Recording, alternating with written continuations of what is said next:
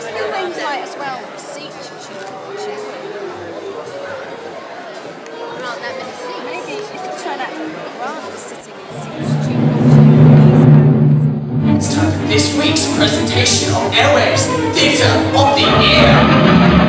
Tonight's broadcast education and felicitation presents Boggles Goes Ape, an exciting scientific fiction from the Boggles book about Captain W.C. John, R.A.T., D.O.S., R.I.P. This evening, Wing Commander Arthur T. Boggles, MI5, MCC, SAS, PhD, XOS, SOB, Frog. Here are the series of novels. Boggles carries his bat, Boggles and the water-closeted Dr. Coolgardie, Boggles and the mysterious Thunderbox, Boggles on a sticky wicket, Boggles and the Karachi curse, Boggles does it hard, Boggles digs one out, and Boggles and the Big Bang.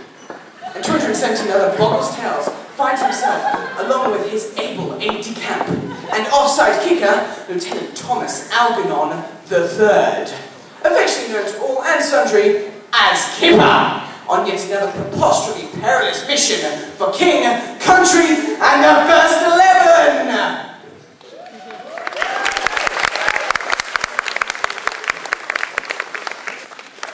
That's fine, never played this. What hero give up? Indeed, Wing Commander, the Sopwith Camel is undoubtedly the king of the skies. We should be eternally grateful to Harold Sopwith. He is the father of military aviation. Surely the finest aircraft ever designed.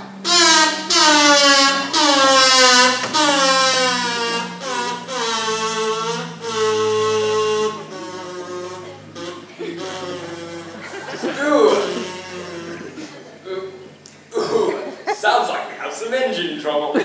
Silly old sod Sopwith. I don't know about a camel. It's flying more like a diseased alpaca at the moment.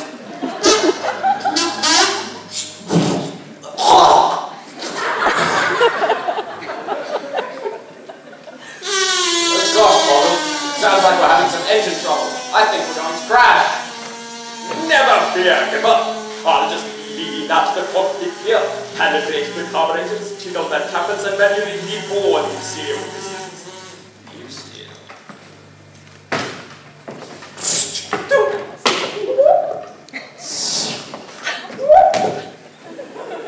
There! That was a bit of drama, eh, old chap? Nothing a couple of adventurers like us couldn't handle. Oh, I say, there's the landing strip now. Crikey, it's a jolly bit rough looking. This is Africa, kid. What do you expect when to be hewn out of the dashed Congo by a rabble of native Jappies who wouldn't know a doodle from one that moves a bit off the wicket? Oh, you mean the Australian cricket team?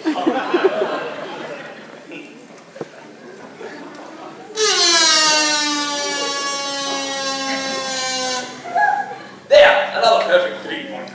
Actually, Boggles, I can only score you 6 out of 10 for that approach. Came awfully close to those palm trees back there. Quibble, quibble. I don't like backseat flyers, Kipper. So if you care to come up here and take the joystick from the... Good morning to you, lads. I'm Father. What are you doing? Terribly spiffy to meet you, Father. Oh, to be sure, to be sure. I wasn't sure it was you. And him.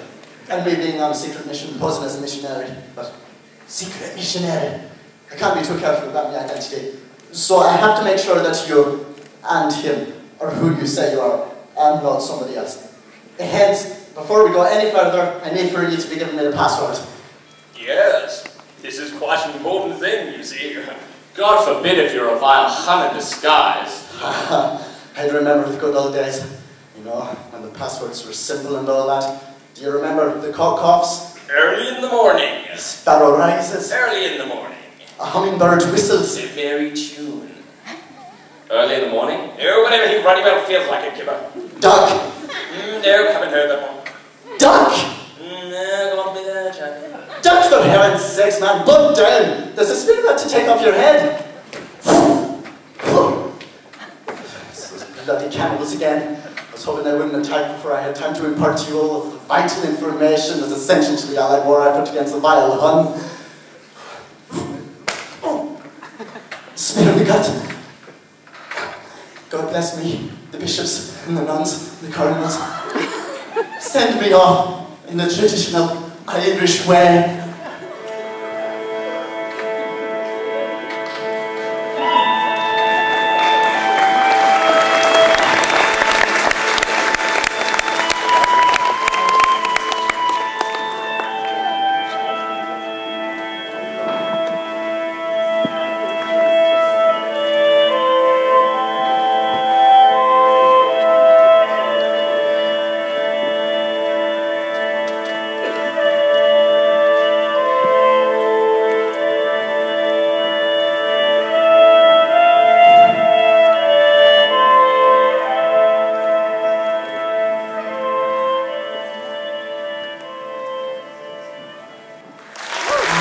my basement and tell my wife she gets nothing.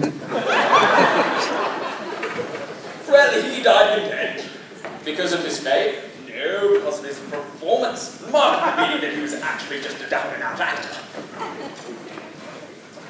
Boggles, don't panic. I think during our momentary lapse of concentration, we've become surrounded by cannibals. We have one chance. We must formulate a plan. Boggles, formulate a plan. Well, interception and carrying the... Do it yourself! I'm tired of being here around here. It's your job now. Your job now. What can we do, Boggles? What can we do? What can they do? Boggles and the laboratory loyal and tirelessly faithful killer. You can't get through so much as Caucasian-consuming cannibals. Could this be the end of our intrepid agents there? Can they escape to bat again? Or will they be eaten before our very ears?